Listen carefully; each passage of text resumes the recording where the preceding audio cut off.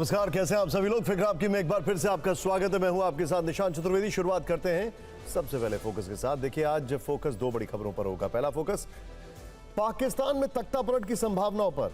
दावे हैं कि असीम मुनीर सत्ता पलट करके खुद प्रेसिडेंट बनना चाहते हैं और वो एक खास रिश्तेदार को पीएम भी बनाना चाहते हैं। दूसरा फोकस पाकिस्तान की शाहीन 3 परमाणु मिसाइल के फेल हो चुके परीक्षण पर है। बलूचिस्तान में जिस इलाके में उसका मलबा गिरा, वहां बड़ी तबाही मच सकती थी और पूरा पाकिस्तान ही नक्शे से गायब हो सकता था।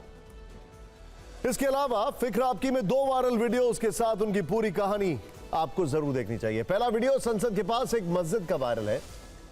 बीजेपी का आरोप है कि समाजवादी पार्टी के सांसदों ने मस्जिद में मीटिंग की। बीजेपी ने मस्जिद में मौजूद अखिलेश यादव को नमाजवादी कहकर कटाक्ष किया है। अखिलेश ने भी फौरन बीजेपी को जवाब दिया है। दूसरा वीडियो प्रधानमंत्री मोदी का है। वो आज ब्रिटेन और मालदीव की 4 दिवसीय यात्रा पर रवाना हो गए। उनकी इस यात्रा से चीन परेशान है और उसको बड़े कूटनीतिक घाव लगने वाले हैं। आपके लिए फिक्र की 2 फाइलें भी तैयार हैं। पहली फाइल धनखड़ के इस्तीफे की खुलेगी। अगर धनखड़ अपने पद से नहीं हटते तो उन्हें हटाने की क्या तैयारी थी, पीएम के साथ मीटिंग में क्या कुछ हुआ था, हम एक्सक्लूसिव रिपोर्ट दिखाएंगे। फिक्र की दूसरी फाइल सुप्रीम कोर्ट में हुई एक सुनवाई पर है। महिला ने पति से अलग होने के लिए गुजारा भत्ता मांगा। कहा कि जज साहब, पति अमीर है, 12 करोड़, BMW कार और एक फ्लैट दिलवा दीजिए। सीजीआई ने इस मांग पर महिला को फटकार लगा दी। लेकिन आज फिक्र की शुरुआत पाकिस्तान में सत्ता पलट की संभावनाओं के ट्रेलर से करेंगे और उसमें लीड रोल में है फील्ड मार्शल असीम मुनीर। पाकिस्तान में सुगबुगाहट तेज है कि वहां असीम मुनीर तख्ता पलट का इतिहास दोहराने की फुल तैयारी में।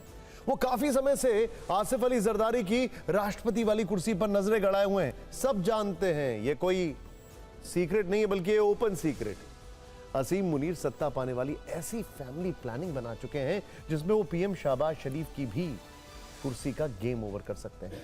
असीम मुनीर को लेकर ये चौंकाने वाले दावे किए जा रहे हैं। और कौन कर रहा है ये दावे कर रहे हैं आदिल रजा, जो कि पाकिस्तान की सेना में मेजर रह चुके हैं। इस समय ब्रिटेन में निर्वासित जिंदगी जी रहे हैं। ये भी मुनीर के सताए हुए हैं, लेकिन पाकिस्तानी फौज में कई अधिकारी इनका बड़ा सम्मान करते हैं। इसीलिए खबर जरा ध्यान से देखिए, इनके सोर्सेज बड़े मजबूत हैं। आदिल रजा ने पाकिस्तान की सेना में मौजूद टॉप सोर्सेज के हवाले से अब यह दावा किया है कि असीम मुनीर जल्दी पाकिस्तान के राष्ट्रपति बन सकते हैं। वो अपनी पत्नी के खास रिश्तेदार को शहबाज शरीफ की जगह पीएम बना सकते हैं। आदिल रजा के इन दावों में कितनी सच्चाई है, इसे आप असीम मुनीर की हाल फिलहाल सरकार में की जा रही दखलंदाजी से समझ सकते हैं। देखिए जरा, असीम मुनीर ने ऑपरेशन सिंदूर के बाद खुद को पाकिस्तान का हीरो बताते हुए शहबाज शरीफ पर फील्ड मार्शल बनाने का दबाव डाला। इसके बाद असीम मुनीर ने विदेश नीति में दखल देना शुरू कर दिया। पीएम शहबाज शरीफ को दरकिनार करते हुए अकेले ही ट्रंप से मिलने अमेरिका पहुंच गए। व्हाइट हाउस में ट्रंप के साथ लंच करके पाकिस्तान में अपना रुतबा बढ़ा लिया। लेकिन इसके बाद उनके मन में एक टीस उठी। ट्रंप ने उनसे मुलाकात जरूर की, लेकिन एक आर्मी जनरल की हैसियत से। कहा जा रहा है कि यही बात मुनीर को बहुत चुभी है।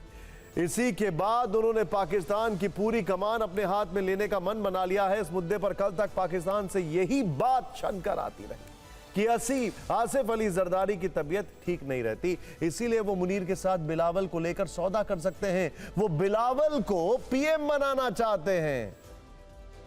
शुरुआत में कहा गया कि असीम मुनीर इसके लिए तैयार हो गए, लेकिन अब पूर्व मेजर आदिल रजा का दावा है कि असीम मुनीर सत्ता में ना तो शहबाज शरीफ को चाहते हैं, ना ही जरदारी परिवार के किसी शख्स को कोई पद देना चाहते हैं।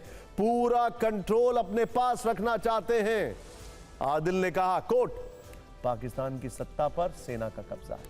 खुद राष्ट्रपति बनकर अपने साले को प्रधानमंत्री बनाना चाहते हैं। असीम मुनीर ने यह पूरी स्क्रिप्ट मुशर्रफ स्टाइल में तैयार की है। आदिल का दावा है कि इसके लिए मुनीर पहले देश में गड़बड़ी फैलाएंगे, फिर खुद को मसीहा बताकर सरकार पर काबिज हो जाएंगे, अनकोट। आदिल रजा के दावों पर पाकिस्तान में जमकर बहस चल पड़ी है। शासन पर सेना के कब्जा होने की आशंका ने कईयों की नींद उड़ा दी।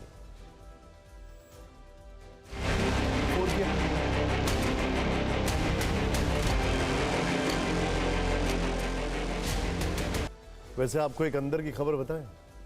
अंदर की खबर यह है ओपन सोर्स इंटेल के हवाले से कि असीम मुनीर अभी इतने खौफजदा हैं कि उन्होंने वजीरिस्तान का अपना जो दौरा है वो पोस्टपोन कर दिया है। डर है उनको कहीं उनके ऊपर अटैक ना हो जाए। अब एक सवाल हर किसी के मन में है कि मुनीर का वो रिश्तेदार कौन है। वैसे हमने आपको हिंट दे दी, बता भी दिया थोड़ा सा, लेकिन अब डिटेल देखिए। ये कौन रिश्तेदार है जिसे फील्ड मार्शल साहब पाकिस्तान का कठपुतली पीएम बना सकते हैं? आदिल राजा ने तो इस नाम का खुलासा नहीं किया, लेकिन दावा किया जा रहा है कि यह नाम पाकिस्तान के गृह मंत्री मोहसिन नकवी का है। मोहसिन नकवी आर्मी चीफ मुनीर की पत्नी के रिश्तेदार हैं। मुनीर पर पहले से ही आरोप है कि वो अपने रिश्तेदारों को लगातार फायदा पहुंचाते रहे हैं और उन्हें सरकार में बड़े ओहदे पर नियुक्त किया जा रहा है। मोहसिन नकवी के ऊपर मेहरबानियों की टाइमिंग मुनीर की बढ़ती ताकत से मेल खाती है। असीम मुनीर के आर्मी चीफ बनने के कुछ ही दिन बाद मोहसिन नकवी को पाकिस्तान के पंजाब प्रांत का कार्यवाहक मुख्यमंत्री बना दिया गया। फरवरी 2024 में उन्हें पाकिस्तान क्रिकेट बोर्ड का चेयरमैन बना दिया गया। इसके अगले ही महीने मोहसिन नकवी को पाकिस्तान का गृह मंत्री बनाया गया। बड़े पदों पर नियुक्ति के अलावा जनरल असीम मुनीर के परिवार के सदस्यों को डिप्लोमेटिक पासपोर्ट जारी करना भी चर्चा का विषय रहा है। पाकिस्तान के कुछ पत्रकार इसको लेकर लगातार आवाज उठाते रहे हैं, लेकिन सेना इनकी आवाज दबाने में लगी रहती है।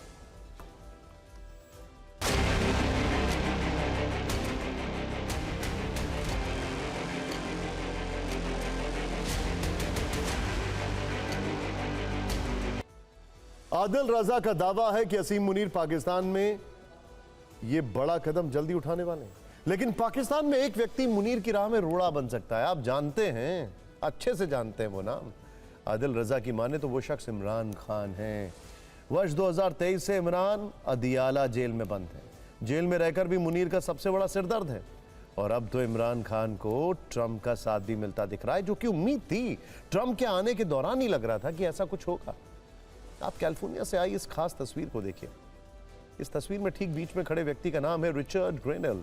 ट्रंप के विशेष दूत हैं। इनके दाएं और बाएं हंसते मुस्कुराते दो युवा लड़के इमरान खान के बेटे हैं, सुलेमान ईसा खान और कासिम खान। रिचर्ड ग्रेनेल ने कैलिफोर्निया में इमरान के दोनों बेटों से मुलाकात की है। इस मुलाकात में ग्रेनेल ने इमरान खान की रिहाई की मांग को दोहराया। उनकी गिरफ्तारी को राजनीतिक उत्पीड़न कहा। इमरान के बेटों से यह भी कहा गया कि संकट की घड़ी में वो अकेले नहीं है। रिचर्ड ग्रेनेल के इस बयान को आप ट्रंप का बयान भी समझ सकते हैं। इमरान खान को लेकर यह ट्रंप की अलग ही सोच है, जो ग्रेनेल ने इमरान के दोनों बेटों से मिलकर जाहिर की है। यह भी कहा गया है कि इमरान जब पाकिस्तान के पीएम थे तब ट्रंप से उनके अच्छे संबंध थे। ग्रेनेल का यह स्टेटमेंट और ये खास तस्वीर निश्चित ही मुनीर को बेचैन कर सकती है। पाकिस्तान का राष्ट्रपति बनने और अपने रिश्तेदार को पीएम बनाने के उनके ख्वाब को तोड़ भी सकती है। खैर, फील्ड मार्शल असीम मुनीर भले ही सत्ता संभालने का ख्वाब देख रहे हो, लेकिन उनकी सेना से तो अपनी मिसाइलें तक नहीं संभल रही हैं। पाकिस्तानी मिसाइलें अब खुद पाकिस्तान के लिए टिकिंग टाइम बॉम्ब बन चुकी हैं। ताजा धमाका पाकिस्तान के बलूचिस्तान प्रांत में हुआ है। वहां पाकिस्तान की सबसे ताकतवर मिसाइल शाहीन 3 जो है, परीक्षण के दौरान टेक ऑफ करते ही क्रैश हो गई और यह एक अहम परमाणु ठिकाने के पास जा गिरी। सोचिए, मतलब nuclear capable missile nuclear installation के नजदीक गिरती है। इसी मिसाइल को लेकर पाकिस्तान का दावा है कि उसकी रेंज दिल्ली और बेंगलुरु तक है, लेकिन यह मिसाइल पाकिस्तान के एक प्रांत की सीमा तक को पार नहीं कर पाई और टुकड़ों में तब्दील हो गई। इस नाकाम परीक्षण ने पाकिस्तान की मिसाइल टेक्नोलॉजी पर सवाल खड़े कर दिए हैं। होल्ड इट, रुकिए जरा, रुकिए। इस सवाल के बाद मैं आपके सामने कुछ फैक्ट्स लेके आऊंगा।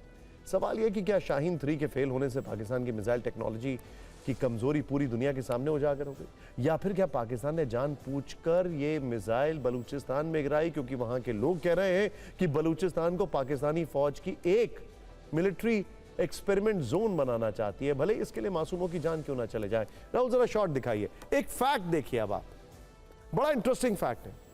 2 दिन में 2 जगह चीनी माल गड़बड़ कर गया। बांग्लादेश में वो जो एयरक्राफ्ट था जो क्रैश कर गया स्कूल में, वो चाइना का एयरक्राफ्ट था। पाकिस्तान की जो शाहीन मिसाइल है, ये DF-11 टेक्नोलॉजी चाइनीज मिसाइल पर बनी है। 2 दिन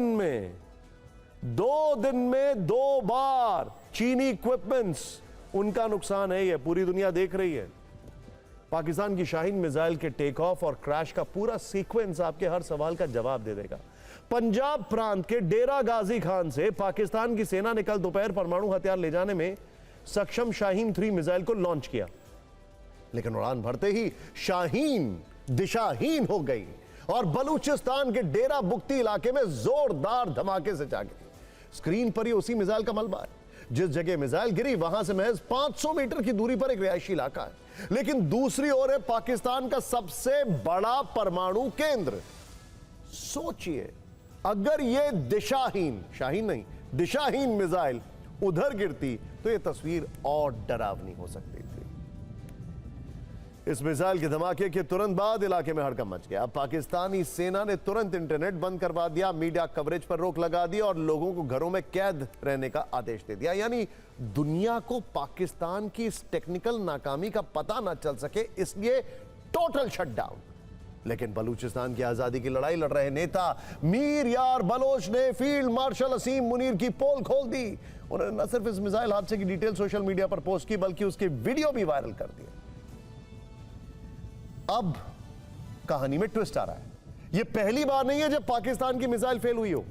2020 में बाबर मिसाइल टेस्ट के दौरान बलूचिस्तान में क्रैश हुई। 2021 में शाहीन 3 बलूचिस्तान में के रिहायशी इलाके में गिरी, कई लोग घायल हो गए। 2022 में एक मिसाइल परीक्षण के दौरान जमशोरों में जाकर गिरी, जबकि निशाना कुछ और था। 2023 में डेरा बुक्टी में एक और शाहीन 3 का परीक्षण फेल हुआ और धमाका हुआ।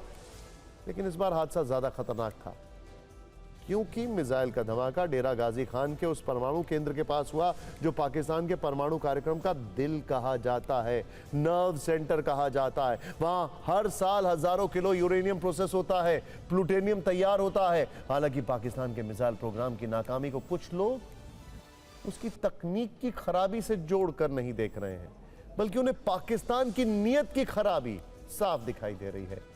कुछ बलोच संगठनों का मानना है कि इस तरह की हरकतें जानबूझकर की जाती हैं, क्योंकि हर बार मिसाइल टेस्टिंग के पहले बलूचिस्तान के किसी इलाके से लोगों को जबरन हटाया जाता है, इंटरनेट बंद कर दिया जाता है, मीडिया को रोक दिया जाता है, फिर वे विस्थापित लोग कभी वापस अपने घर नहीं लौट पाते हैं। आशंका जताई जा रही है कि सब कुछ एक प्लान्ड रणनीति के तहत हो रहा है, ताकि पाकिस्तानी सेना बलोच समुदाय की जमीनों पर कब्जा करके वहां खनिज संपदा की अवैध खुदाई बिना किसी विरोध के जारी रख सके और शायद बाद में अमेरिका को दे दे, ऐसा लोग कहते हैं। जिस बलूचिस्तान में दिशाहीन 3 मतलब शाहीन 3 मिसाइल का मलबा गिरा था, उसी बलूचिस्तान से हमारे पास एक और बड़ी खबर है। यहां पाकिस्तान की फौज में बलोच विद्रोहियों का ऐसा खौफ है कि पाकिस्तान के पंजाब से बलूचिस्तान तक रात में यात्रा पर ही प्रतिबंध लगा दिया गया है। इस खबर ने मुनीर की अकड़ को कैसे ढीला कर दिया है, यह जानने से पहले पाक फौज पर बलोच विद्रोहियों के हमले से जुड़े कुछ लेटेस्ट वीडियो देखते हैं। यह पाकिस्तान की सेना पर बलोच लड़ाकों का सबसे नया हमला है। धमाके से पाकिस्तानी सेना के काफिले में शामिल एक गाड़ी के परखच्चे उड़ गए। बलूचों का दावा है कि इस हमले में पाकिस्तानी सेना के 6 जवान मारे गए। इसी तरह से 20 जुलाई को क्वेटा में बीएलए ने पाकिस्तानी सेना के खास वाहन को मैग्नेटिक बम से टारगेट किया। इसमें मेजर जो थे अनवर काकर, वो मारे गए। बीएलए का दावा है कि इस मेजर ने बलूचों को किडनैप किया था। पाक फौज के जुल्म पर आवाज उठाने वाले कुछ बलूच नागरिकों की हत्या की थी।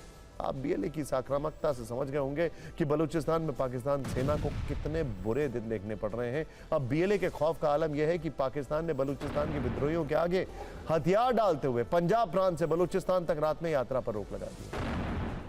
पाकिस्तान के पंजाब प्रांत से ना तो कोई निजी वाहन, ना ही कोई सार्वजनिक वाहन शाम 5 बजे के बाद बलूचिस्तान में प्रवेश कर पाएंगे। सभी वाहन केवल दिन के उजाले में ही बलूचिस्तान में एंट्री या फिर एग्जिट कर पाएंगे। दिन में भी सुरक्षा को लेकर कड़े निर्देश जारी किए गए। वाहन के चालकों और यात्रियों की वीडियो फुटेज रिकॉर्ड करने को कहा गया है। सभी वाहन को कड़े सुरक्षा काफिले में चलने को कहा गया। पाकिस्तानी अखबार डॉन के अनुसार डेरा गाजी खान के जिला प्रशासन ने स्टेटमेंट जारी करते हुए कहा है कि नागरिकों के जीवन और संपत्ति की सुरक्षा सर्वोपरि है। सुरक्षा उपायों को और अधिक व्यापक बनाया जा रहा है।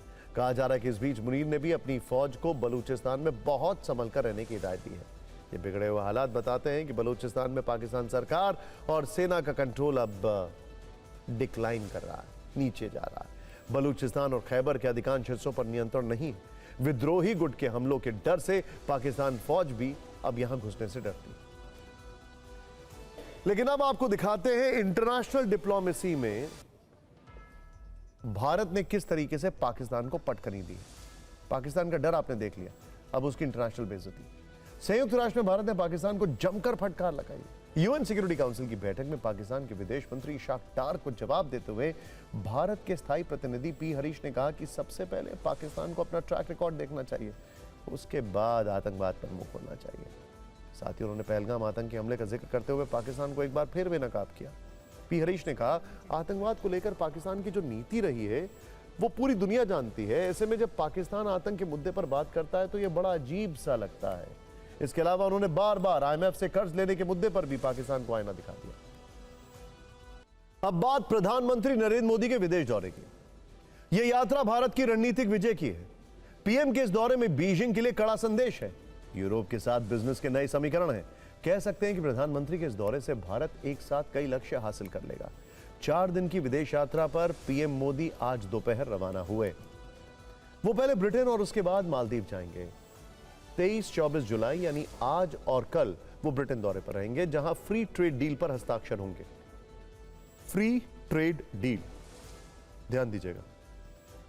25 और 26 जुलाई को सामरिक रूप से अहम मालदीव की यात्रा होगी। कई एक्सपर्ट्स का मानना है कि भारत के मिशन मालदीव से चीन का चक्रव्यूह टूट गया। ये कैसे हुआ, ये समझते हैं। देखिए, पहले बात ब्रिटेन दौरे की करते हैं, जहां भारत और यूके के बीच व्यापार और डिफेंस समेत कई मुद्दों पर वार्ता होगी, लेकिन सबसे ज्यादा चर्चा जो है वो फ्री ट्रेड एग्रीमेंट की है।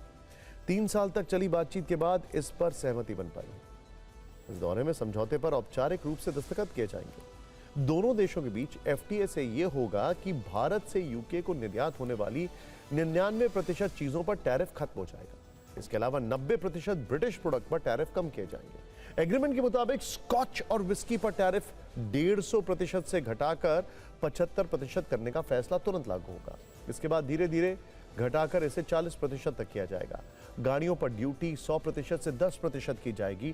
टैरिफ और ड्यूटी में कटौती से भारतीय मैन्युफैक्चरर्स को कि यूके में जो मार्केट है उसमें पहुंच बढ़ेगी। खासतौर से इलेक्ट्रॉनिक और हाइब्रिड व्हीकल्स के बाजार में भारतीय कंपनियों को फायदा मिल सकता है। यूके से भारत आने वाले सामान पे मुख्य तौर पर एयरक्राफ्ट के कलपुर्जे, scotch, whisky, cosmetics, chocolate, biscuit और मेडिकल उपकरण शामिल। नया टैरिफ लागू होने पर यह चीजें सस्ती हो जाएंगी। वहीं भारत के कपड़ा, फुटवेयर, गाड़ियों के पार्ट्स बनाने वाली कंपनियां, रत्न आभूषण, फर्नीचर और केमिकल उद्योग को फायदा मिलेगा।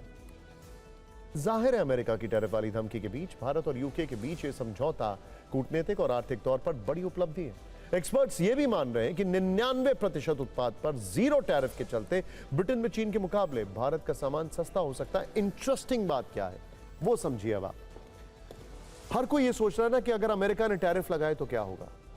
भारत ने शुरू कर दिया है।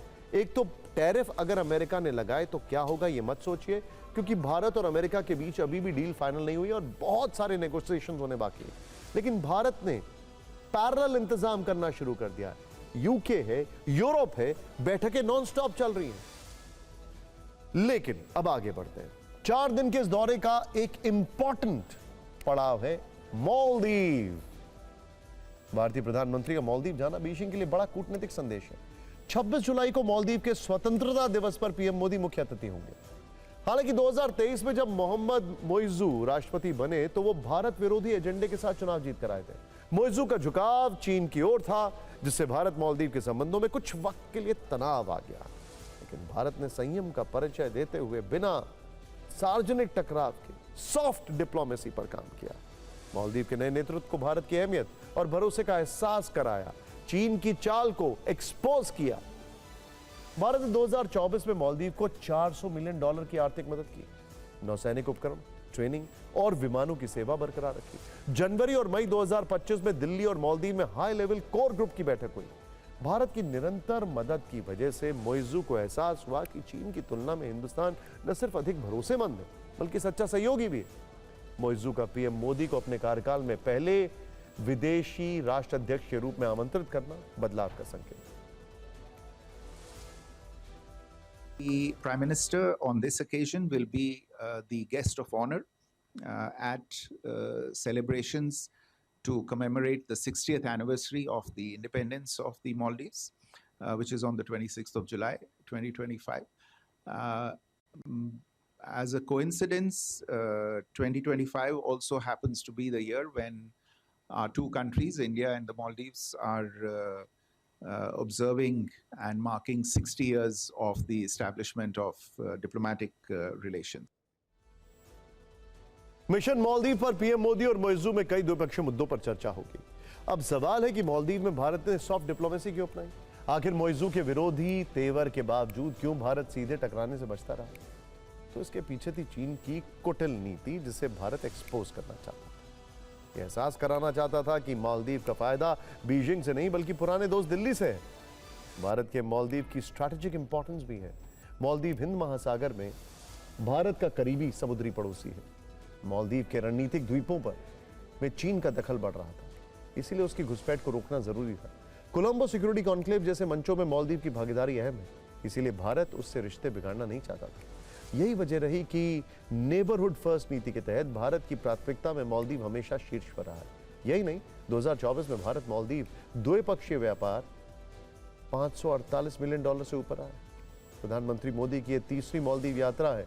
यह दौरा इसलिए महत्वपूर्ण है क्योंकि इससे भारत मालदीव संबंधों में स्थायित्व और भरोसे की पुनर्स्थापना होगी। मौजू का पीएम मोदी को सार्वजनिक मंच से मुख्य अतिथि के रूप में बुलाना भारत की रणनीतिक जीत दिखाता है। इसमें चीन के लिए संदेश यह है कि दक्षिण एशिया में भारत की कूटनीति अब भी प्रभावी और निर्णायक है।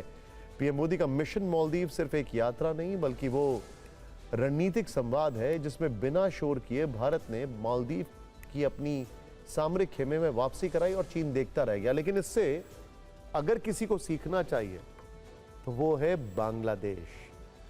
वो हमारा इमीडिएट नेबर है, मालदीव तो फिर भी दूर है। समझें कि चीन क्या करता है और भारत क्या करता है।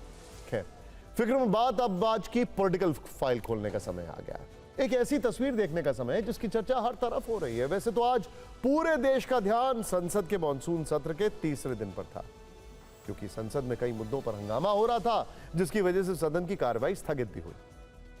सदन की कार्रवाई स्थगित होने के थोड़ी देर बाद संसद से थोड़ी दूर एक मस्जिद में मीटिंग होती है। अब ये तस्वीर ध्यान से देखिए। इसमें समाजवादी पार्टी के अध्यक्ष अखिलेश यादव हैं।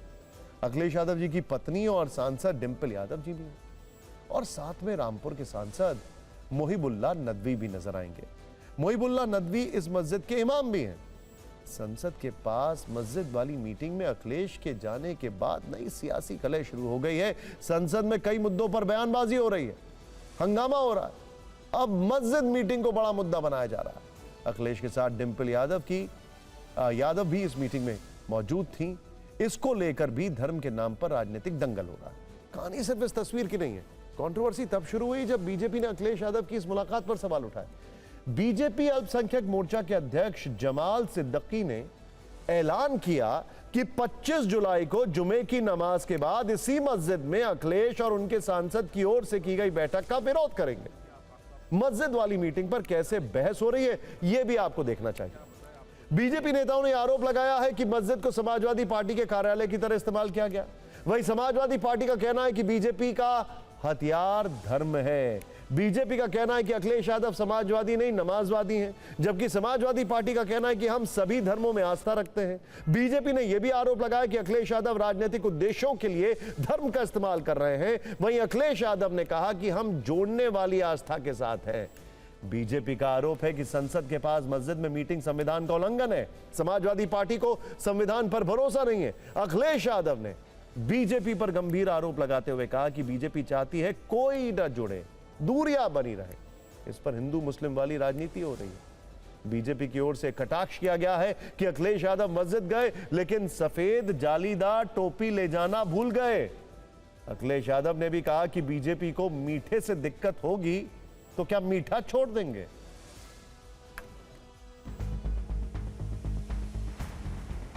संसद भवन के बेहद करीब ये मस्जिद जो अब विवादों में आई इस कारण से क्योंकि अखिलेश यादव अपने सांसदों के साथ यहाँ पर एक बैठक करने पहुंचे, जिसकी तस्वीर जो है वो सोशल मीडिया पर आई और सोशल मीडिया पर आने के बाद उस पर कई तरह की आपत्तियां आई। आस्था जोड़ती है, किसी भी धर्म या कोई आस्था है वो आस्था जोड़ती है, और जो आस्था जोड़ने का काम करती है हम उसके साथ हैं। बीजेपी को यही तकलीफ है कि कोई जुड़े नहीं, दूरियां बनी रहें। अब बीजेपी को मीठे से तकलीफ होगी तो मीठा छोड़ देंगे। बीजेपी कहेगी नमकीन खाइए तो नमकीन खाएंगे क्या? तो बीजेपी क्या कर रही है, बीजेपी को आप भी जानते हो, बीजेपी को आप सब जानते हो। बीजेपी का हथियार ही धर्म है। समाजवादी पार्टी के मुखिया और समाजवादी पार्टी हमेशा संविधान का उल्लंघन करते रहते हैं। भारतीय संविधान स्पष्ट कहता है कि राजनीतिक कार्यों के लिए हम धर्म का इस्तेमाल नहीं करेंगे और उनका संविधान पर कोई भरोसा नहीं है। हमेशा वो नमाजवादी बने रहते हैं। हमारे सांसद हैं, इमाम साहब हैं और उनकी पत्नी, हम सब लोग एक सोशल उसके लिए गए थे वहाँ पे, और वहाँ पे कोई मीटिंग नहीं हुई थी क्योंकि भ्रमित करने का हमेशा भारतीय जनता पार्टी की नीयत रही है। किसी धार्मिक स्तर पर जो है वो सियासी मीटिंग करना इस बात का जो है प्रमाण है, इस बात का प्रतीक है कि आप जो है वो धर्मनिरपेक्षता के नाम पर सांप्रदायिकता का खेल खेलने में लगे हुए।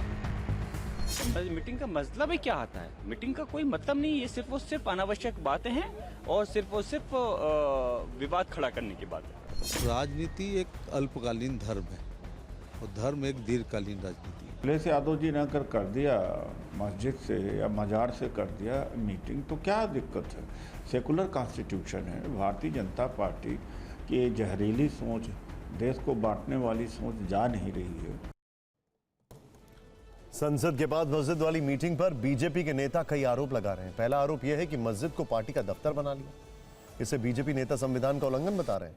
और दूसरा आरोप यह लगा रहे हैं कि मस्जिद में महिला के जाने की अनुमति दी गई, जो धर्म का अपमान है। आपको बता दें कि अखिलेश यादव के साथ डिंपल यादव भी मीटिंग में थी। इस तस्वीर में वो भी दिख रही हैं। डिंपल यादव को लेकर क्या सवाल उठाए जा रहे हैं और कैसे धार्मिक चिंगारियां भड़क रही हैं, ये भी देखते हैं। बीजेपी अल्पसंख्यक मोर्चा के नेता ने कहा है कि मस्जिद में महिलाओं का जाना वर्जित है। हर धार्मिक जगह पर जाने का अपना एक नियम होता है। इन नियमों की अनदेखी करते हुए मस्जिद में डिंपल यादव को जाने दिया गया, और वो भी बिना सिर ढके। ये गुनाह है।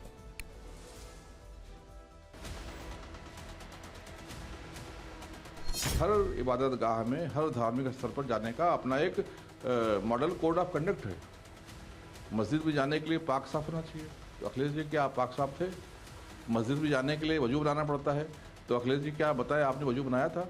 और हद तो आपने तब कर दी कि मस्जिद में अपनी धर्मपत्नी श्रीमती डिंपल यादव को भी लेकर गए, जबकि उस जगह पर जहां वो बैठकर मीटिंग कर रहे थे सपा की, उस जगह पर महिलाओं का प्रवेश वर्जित है। वहां महिला नहीं जा सकती हैं। चलो महिला चली भी गई तो ऐसे ले गए आप। मस्जिद में या कोई भी पवित्र जगह पर महिलाएं जब जाती है इस्लाम में तो पूरा कपड़ा ढका होता है, वो हिजाब पहन की होती हैं। आपके धर्मपत्नी जी के सर पे दुपट्टा भी नहीं था। तो जिस प्रकार से आपने धार्मिक भावनाओं को आहत करने का काम किया है, हमारे इस्लाम का मजाक बनाने का काम किया है, देश का सारा मुसलमान आपकी निंदा करता है और हम इसका विरोध करते हैं। ये हरगिज नहीं होने देंगे।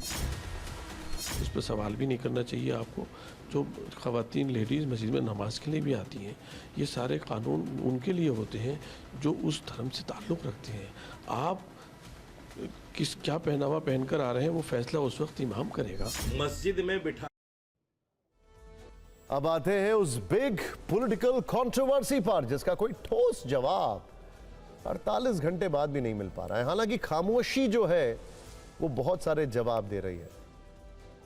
सूत्र बहुत कुछ बता रहे हैं। सवाल यह है कि उपराष्ट्रपति जगदीप धनखड़ ने इस्तीफा दिया या फिर दबाव बनाकर उनसे त्यागपत्र लिया गया।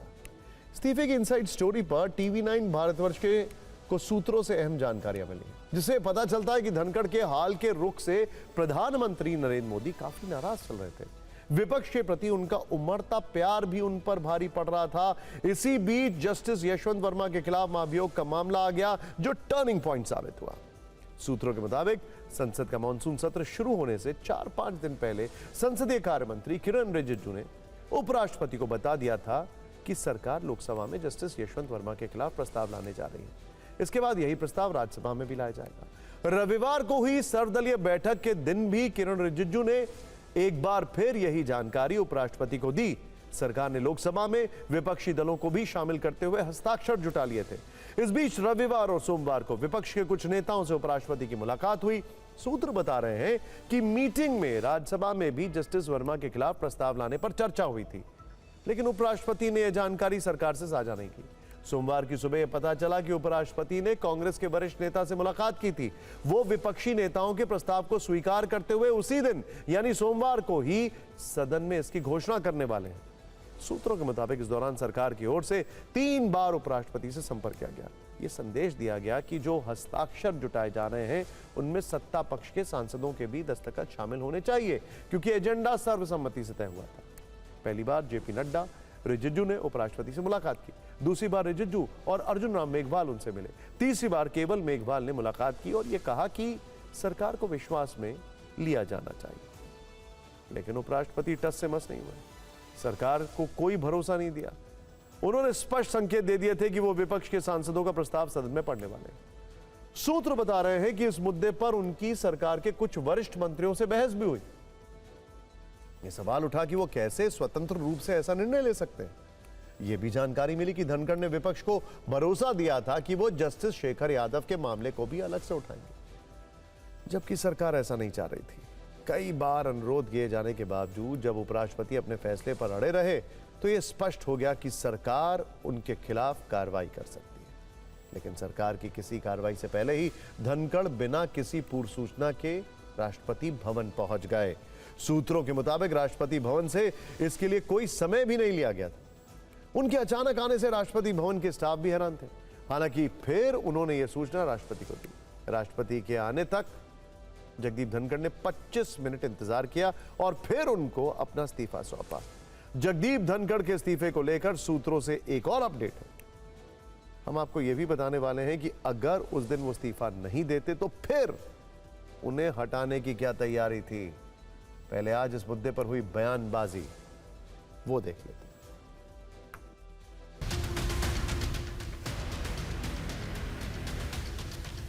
सरकार जवाब देना चाहिए, वो क्यों रिजाइन करे, कारण क्या है, इसके पीछे क्या राज है।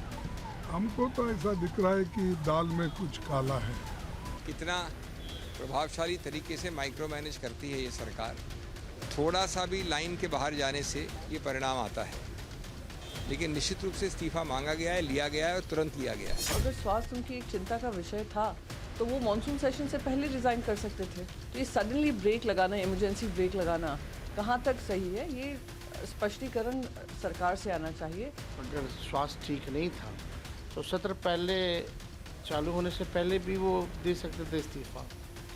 हालांकि ये चर्चाएं हैं और लोगों की जहन में भी है कि इस्तीफा जो है लिया गया। वैसे सूत्रों के मुताबिक यह भी खबर है कि इस्तीफा देने के बाद अगली सुबह तक जगदीप धनखड़ को यह उम्मीद थी कि शायद सरकार उन्हें मनाने के लिए संपर्क करेगी या फिर उनका इस्तीफा स्वीकार नहीं किया जाएगा। लेकिन ऐसा कुछ भी नहीं हुआ, क्योंकि तब तक सरकार ने यह निर्णय ले लिया था कि उन्हें जाना ही होगा। इसीलिए गृह मंत्रालय ने उनके इस्तीफे की अधिसूचना जारी कर दी और सरकार से भी किसी ने संपर्क नहीं किया। खैर, अब उस सवाल पर आते हैं कि अगर वो इस्तीफा नहीं देते तो सरकार क्या करती। इस सवाल का जवाब भी सूत्रों ने दिया है। सूत्रों के मुताबिक जब विपक्ष का प्रस्ताव अचानक सदन में पढ़ने की बात पता चली तो प्रधानमंत्री नरेंद्र मोदी की एक बैठक हुई। इसमें गृह मंत्री समेत कई मंत्री शामिल थे। प्रधानमंत्री ने उपराष्ट्रपति के व्यवहार पर गहरा दुख जाहिर किया। यह एक संवेदनशील स्थिति थी, क्योंकि उपराष्ट्रपति सरकार के ही उम्मीदवार थे। इस मीटिंग के बीच सरकार ने एनडीए के राज्यसभा सांसदों से हस्ताक्षर भी कराने शुरू कर दिए थे। 2 प्रस्तावों पर उनसे दस्तखत करवाए जा रहे थे। एक जस्टिस वर्मा से जुड़ा प्रस्ताव था और दूसरा धनखड़ को पद से हटाने का प्रस्ताव। तैयारी यह थी कि अगर धनखड़ नहीं माने तो उन्हें हटाने का प्रस्ताव लाया जा सकता। उन्हें हटाने के प्रस्ताव को मंगलवार को लाने की तैयारी थी, लेकिन सरकार के एक्शन लेने से पहले ही उन्होंने स्वास्थ्य का हवाला देते हुए सोमवार की रात को ही पद छोड़ दिया। सूत्रों के मुताबिक हाल के दिनों में जगदीप धनखड़ ने कई ऐसे कदम उठाए जो सरकार को रास नहीं आ रहे थे। इनमें दिल्ली के सीएम रहे अरविंद केजरीवाल के साथ बैठक भी शामिल है। सरकार को यह जानकारी मिली थी कि धनखड़ ने प्रधानमंत्री और गृह मंत्री के बारे में अनुचित टिप्पणी की थी। यह जानकारी वहां मौजूद कुछ सांसदों ने ही सरकार को दी थी। यह भी पता चला कि धनखड़ अक्सर वरिष्ठ मंत्रियों पर दबाव बनाते थे और उन्हें बिना किसी कारण अपमानित करते थे। यह उनका नियमित व्यवहार बन चुका था। कहते हैं कि गृह मंत्री अमित शाह जैसे नेताओं के बार-बार आग्रह के बावजूद उपराष्ट्रपति ने अपने व्यवहार में बदलाव नहीं किया। मंत्रियों पर कई ऐसे काम के लिए दबाव डाला जो नियम के अनुसार नहीं थे। मंत्रियों के दफ्तर में अपनी फोटो लगवाने की कोशिश कर रहे थे, अपने काफिले में मर्सिडीज उपलब्ध कराने का दबाव डाल रहे थे। सूत्रों के मुताबिक टकराव की स्थिति तब भी आई थी जब अमेरिका के उपराष्ट्रपति जेडी वेंस भारत के दौरे पर थे। दौरे के पहले उन्होंने कहा था कि वो उपराष्ट्रपति हैं और उस लिहाज से जेडी वेंस के साथ बैठक वो करेंगे। सूत्र बताते हैं कि इसके बाद एक बड़े कैबिनेट मंत्री ने उनको फोन किया। उन्हें समझाया गया कि जेडी वेंस भले ही उपराष्ट्रपति हैं, लेकिन वो पीएम मोदी के लिए अमेरिकी राष्ट्रपति का संदेश लेकर आए। सूत्रों से निष्कर्ष यह है कि जगदीप धनखड़ का इस्तीफा स्वास्थ्य कारणों से कम, राजनीतिक कारणों से दिया गया ज्यादा लगता है। इन सबके बीच खबर यह भी है कि धनखड़ जल्द उपराष्ट्रपति निवास छोड़ेंगे। सामान की पैकिंग शुरू हो चुकी है। इस सब के बीच में अभी भी इसको लेकर काफी चर्चाएं हैं, लेकिन अब एक अलग खबर की ओर आगे बढ़ते हैं।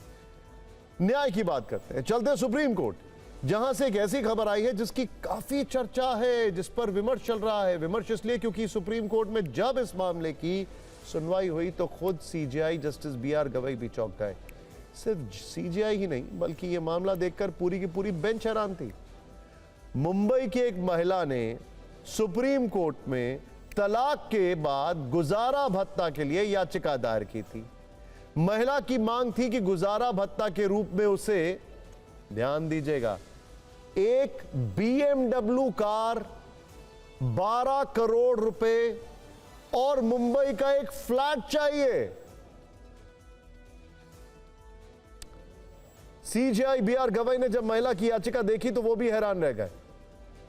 उन्होंने महिला से कहा, आप आईटी प्रोफेशनल हैं, एमबीए किया है, आपकी डिमांड बेंगलुरु और हैदराबाद में है, फिर आप काम क्यों नहीं करती हैं? आपकी शादी सिर्फ 18 महीने चली, आप BMW भी चाहती हैं और 1 करोड़ रुपए महीना भी। इस पर महिला ने कहा कि उसका पति बहुत अमीर है और उसने ये कहकर शादी रद्द की कि मांग की कि महिला सिजोफ्रेनिया से पीड़ित है। लेकिन कोर्ट उनकी मांग से सहमत नहीं दिखा और सीजेआई ने महिला से कहा कि बेहतर होगा फ्लैट से संतुष्ट रहें या 4 करोड़ लेकर कोई अच्छी नौकरी ढूंढ ले। इतना कहने के बाद कोर्ट ने महिला की याचिका पर फैसला सुरक्षित रख लिया और महिला से कहा कि आप इतनी पढ़ी लिखी हैं, आपको खुद कमाकर खाना चाहिए, ना कि हर चीज के लिए पति पर निर्भर रहना चाहिए। दूसरों से मांगना शोभा नहीं देता है। दोनों पक्षों की तमाम दलील सुनने के बाद सर्वोच्च अदालत ने साफ कर दिया कि महिला को पति के की संपत्ति में कोई हिस्सा नहीं मिल सकता। पति के पिता की संपत्ति में, आई स्टैंड करेक्टेड। कोर्ट ने दोनों पक्षों से उनके पूरे वित्तीय दस्तावेज जमा कराने को कहा है। पति की तरफ से कोर्ट को बताया गया है कि पहले दोनों के बीच एक समझौता हुआ था जिसमें महिला ने मुंबई में एक फ्लैट लेकर बाकी सभी मामलों को खत्म करने की बात मानी थी। दोनों ने म्यूचुअल डिवोर्स की पहली स्टेप भी पूरी कर ली थी, लेकिन महिला ने बाद में अपना मन बदल लिया और ज्यादा पैसे की चाहत में अपनी बात से पीछे हट गई। पति ने यह भी कहा है कि महिला झूठे केस करके दबाव बना रही है। सुप्रीम कोर्ट ने कहा है कि हम सुनवाई खत्म करके आदेश सुरक्षित रख रहे हैं। इससे पहले मार्च में दिल्ली हाईकोर्ट ने भी इसी तरह का फैसला सुनाया था, जब कोर्ट ने कहा था कि एक पढ़ी लिखी पत्नी जिसके पास अच्छी नौकरी का अनुभव है, उसे सिर्फ गुजारा भत्ता लेने के लिए ऐसी जद्दोजहद नहीं करनी चाहिए। फिक्र में बात करते हैं जम्मू कश्मीर की, जहां विकास वाले बदलाव के साथ साथ और भी सकारात्मक बदलाव देखने को मिल रहा है। श्रीनगर में पुराने मंदिरों का जीर्णोद्धार किया जा रहा है। ये मंदिर वर्षों से जर्जर थे। आज आपको विचार नाग मंदिर की कहानी बताएंगे। विचार नाग के मंदिर को फिर से बनाए जाने की तस्वीर दिखाएंगे। इस मंदिर की वास्तविक संरचना और आर्किटेक्चर को मूल स्वरूप में ही रखा जाएगा। मंदिर के लिए प्रवेश द्वार का निर्माण किया जा रहा है। जम्मू कश्मीर में पुनर्निर्माण के लिए 100 मंदिरों को चिन्हित किया गया है। 30 से ज्यादा मंदिरों का पुनर्निर्माण किया जा रहा है। इसमें विचार नाग मंदिर भी शामिल है। और यहाँ पे आप जलकुंड देख सकते हैं जिसको नाग कहते हैं, यानी विचार नाग।